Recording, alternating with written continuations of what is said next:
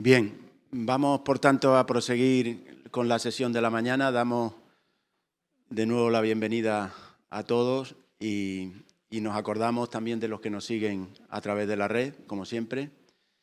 Y en esta ocasión vamos a proseguir una mesa complementaria con la que acaba de terminar.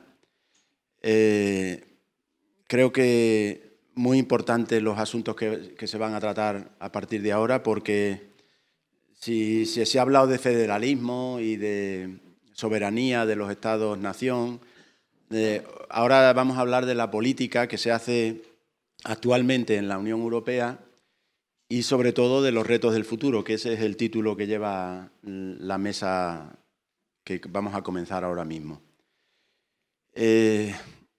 Decía Enrique esta mañana que nosotros como historiadores tenemos que incorporar siempre una visión un tanto pausada de los acontecimientos, mucho más en un mundo como hoy que todo va demasiado deprisa. Y también es el caso para la política, por muy actual que sea, porque creo que la clave de lo que está pasando en Europa hoy es precisamente la velocidad y la falta de reflexión ante los retos constantes que el proceso y la evolución de la Unión Europea nos pone delante de nosotros, ¿no? El planteamiento de una política específica de la Unión Europea es un tanto peligroso, pero creo que es lo que ha estado sobrevolando durante todos estos días de desarrollo de las jornadas, ¿no? Es decir, el desarrollo de una política que sea peculiar para la Unión Europea y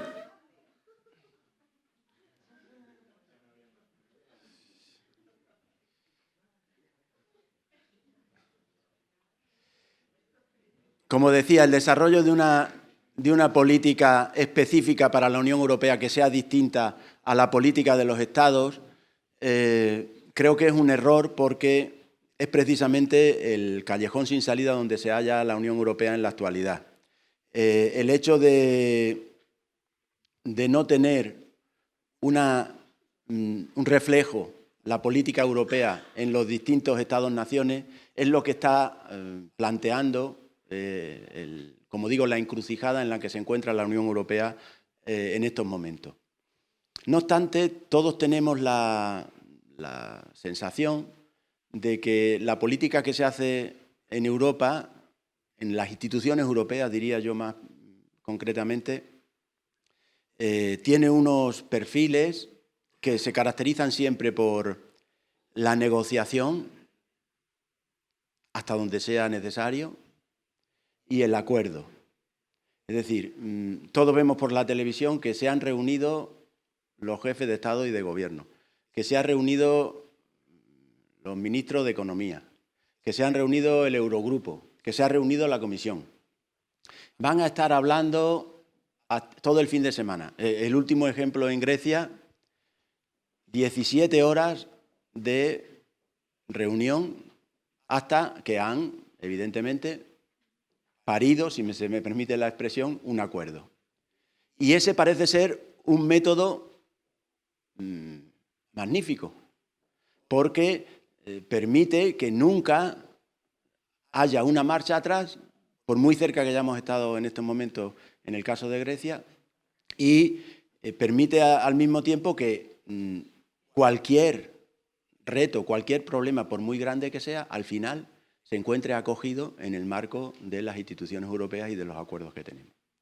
Pero se olvida que ese tipo de política está generando una especie de parón, a veces institucional, y sobre todo está impidiendo que evolucione el sistema hacia mayores grados de apertura, sobre todo hacia la ciudadanía. Se ha hablado aquí esta mañana mucho de cómo la ciudadanía participa más o menos en el proceso de construcción europea, cómo podemos dar cauce a la ciudadanía, y todo esto se va a comentar ahora aquí de nuevo, pero al mismo tiempo tenemos mucho miedo a que eso se produzca. Y como decía al principio, como historiador tenemos que incorporar ciertas reflexiones que no se ven a primera vista, pero que son necesarias, porque ya otras veces las organizaciones humanas muy complejas, como los Estados-nación, se enfrentaron a retos parecidos.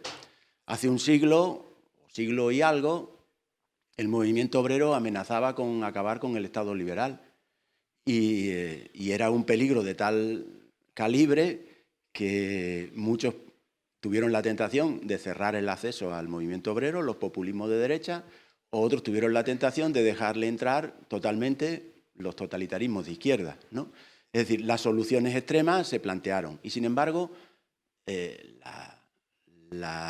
digamos, la solución inteligente que se plantea al terminar la Segunda Guerra Mundial es precisamente la intermedia. El estado de bienestar que da cauce al movimiento obrero, permite colmar gran parte de sus aspiraciones y, sin embargo, fortalece al sistema tal y como estaba establecido, ¿no? Bueno, pues Europa se encuentra en estos momentos ante una disyuntiva parecida. Pero ¿qué ocurre? Que si tú quieres ser más sincero, quieres abrirte a las expectativas y a las aspiraciones de la ciudadanía, generas inestabilidad. Porque al ser más sincero, eso es como en una casa cuando dejas hablar a todo el mundo. Se forma el guirigay. Yo quiero esto, yo quiero lo otro, yo quiero lo de más allá, aunque tengamos buenas maneras, ¿no? Pero si no, si cortas las aspiraciones ciudadanas, pues generas desajuste. Es decir, dejas de oír a la ciudadanía y las instituciones se alejan de la finalidad que tienen, que es estar en relación con sus administrados. Yo creo que es un buen punto de partida plantear esto que estamos viendo ahora mismo, porque la historia de la Unión Europea nos dice que el marco de la negociación y el acuerdo por encima de todo ha sido muy fructífero, pero está alcanzando su techo. Hay que buscar una nueva fórmula. ¿Cuál es esa nueva fórmula? El historiador analiza el pasado, yo no soy profeta, pero evidentemente quizá los dos invitados de esta mañana nos ayuden a solucionarlo. Sí me gustaría añadir como aportación una última cosa más que me parece muy interesante y que mañana tendremos ocasión de comprobar seguramente. Además de todo lo que he dicho, hay que tener en cuenta que hay un nuevo actor en la realidad europea que no existía hace un siglo cuando se planteó ese reto al Estado liberal por parte del movimiento obrero, pero que hoy es determinante, que son los medios de comunicación. Hoy la comunicación de masas juega el papel que jugaban pues, otros medios mucho más modestos hace siglo y medio. Pero la comunicación a través del Parlamento, las aspiraciones, un diputado, los diputados del siglo XIX en España, iban por los pueblos recogiendo las quejas de la gente y decían, hay que arreglar el puente que une este pueblo con el otro. Y el diputado llevaba en su carterita y llegaba al Congreso, señor ministro, hay que arreglar este puente. Bueno, pues eso ya no se nos ocurre que lo haga el diputado, aunque en Gran Bretaña en parte lo sigue haciendo. Pero evidentemente hay otras fórmulas de comunicación. Pero la comunicación está introduciendo también fenómenos muy nuevos y, por tanto, mucha inestabilidad que tenemos que afrontar igualmente. Aquí se ha dicho reiteradamente a lo largo de estos 2 días que cuando se produjo la declaración Schuman ni siquiera hubo periodistas. Eso es muy interesante. En apenas 50 y algo de años hemos evolucionado tanto que lo que no hacían falta periodistas, bueno, sí hacían falta, porque el hecho es que 20 días después se hubo que hacer una especie de paripé donde ya se tomó una foto supuestamente hablando Schuman de una cosa que había dicho ya hacía 20 días y que conocía todo el mundo. Pero es expresivo de la diferencia de esa declaración de los orígenes de la Unión Europea con lo que sucede hoy, que del acuerdo griego nos hemos enterado porque un primer ministro presente en la reunión mandó un tuit antes de que se hiciera oficial el acuerdo y ya sabíamos todos el acuerdo. Es decir, ¿qué diferencia? La declaración Suma tuvo que esperar 20 días a tener reflejo en los medios de comunicación. El acuerdo actual ya sabemos que se ha producido antes de que se produjese realmente, porque oficialmente no existía declaración sobre el acuerdo. Eso también tenemos que tenerlo en cuenta para este doble fenómeno que he querido marcar entre la inestabilidad y el desajuste. Y hay una última cosa a la que quiero referirme, que es precisamente porque uno de los conferenciantes es experto en ello, que es cómo los niveles de participación han ido cambiando a lo largo de estos últimos años y las regiones han ido adquiriendo un protagonismo que tampoco se esperaba en el origen de la Unión. Ayer nos decía José Antonio que el Estado-Nación se está desgajando por arriba y por abajo, y es verdad, y por abajo las regiones están empujando mucho y es un fenómeno interesantísimo que puede generar igualmente inestabilidad si somos demasiado sinceros o puede generar desajustes si desoímos sus aspiraciones, ¿no? Bien, yo no quiero cansarles más con mi intervención. Pretendía simplemente, en términos taurinos, sería poner el toro en suerte, ¿eh? Ya he hecho el quite, y como ya he hecho el quite, para los que sepan de toros, pues doy paso a los matadores.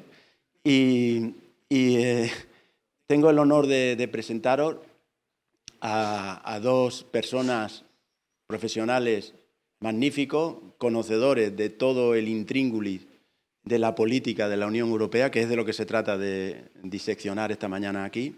Por una parte, Alejandro Cercas, al que muchos de vosotros ya conocéis porque ha participado en el módulo Jean Monnet en este curso académico en la Universidad de Extremadura.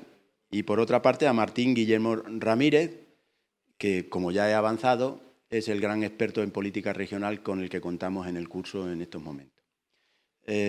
Alejandro Cercas es todo un lujo para nosotros haberle tenido durante el desarrollo del módulo Jean Monnet y sigue siendo un lujo tenerle hoy también para impartirnos una ponencia que va a afrontar muchos de los temas claves que ya se han planteado aquí desde una perspectiva de un conocimiento interno de la discusión.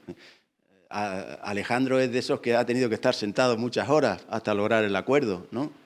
Y como él decía además, gráficamente, si se me permite, el que tenga el culo, entre comillas, más resistente es el que logra el acuerdo, ¿eh? El que no se levante de la silla.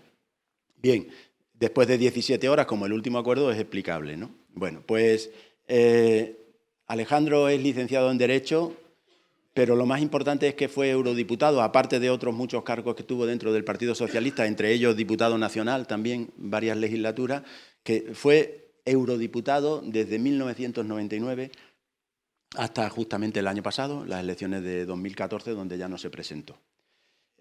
Ha participado en numerosos grupos y mesas de trabajo dentro del Parlamento Europeo, casi siempre orientado hacia las políticas sociales y empleo. Por ejemplo, es el autor reconocido, salió entonces mucho en los medios de comunicación esos días, de la directiva sobre el tiempo de trabajo y el informe de iniciativa sobre las consecuencias sociales de la política de la Troika, nada más y nada menos. Y, como digo, después de su larga experiencia en Europa, pues ha venido a la Universidad de Extremadura. Él es extremeño de origen, ya lo sabéis casi todo, y imparte con nosotros el módulo Jean Monnet, con el que estaremos 2 años más, como mínimo, y por tanto, como he dicho al principio, es todo un lujo contar en esta mesa con él. Por otra parte, Martín Guillermo Ramírez tiene un origen profesional un tanto sorprendente para ser luego experto en regiones y en la política regional en la Unión Europea, que es licenciado en Medicina y Cirugía por la Universidad de Alicante. Bien, lo más importante es su compromiso temprano con los aspectos sociales, su militancia en las Juventudes Socialistas de España y la participación en movimientos de ámbito europeo ya desde los años 90. Y desde el año 95 se incorporó a la Junta de Extremadura y desarrolló distintas funciones hasta que en el año 2006 se centró específicamente en los ámbitos del desarrollo, las relaciones internacionales y las políticas sociosanitarias que correspondían a su perfil profesional.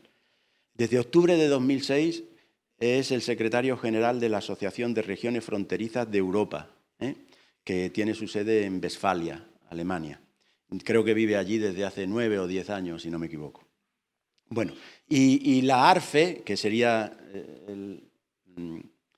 la expresión de Asociación de Regiones Fronterizas de Europa, es la organización regional más antigua de Europa, fundada en 1971. Bien, la misión de esta organización es representar los intereses de las regiones fronterizas europeas ante las instituciones de la Unión Europea, los Estados miembros y el Consejo de Europa. Por tanto, es un experto en esas relaciones entre el ámbito regional y las instituciones de más alto grado de la Unión Europea. Por tanto, resulta igualmente un lujo contar con él porque nos puede hablar de políticas prácticas del día a día, que es, yo creo, la esencia de la mesa que vamos a iniciar a continuación. Yo les voy a dar primero las gracias por estar aquí, que nos sentimos muy halagados por contar con su presencia y que esperamos disfrutar de su magisterio y de su sabiduría a partir de ahora. Muchas gracias.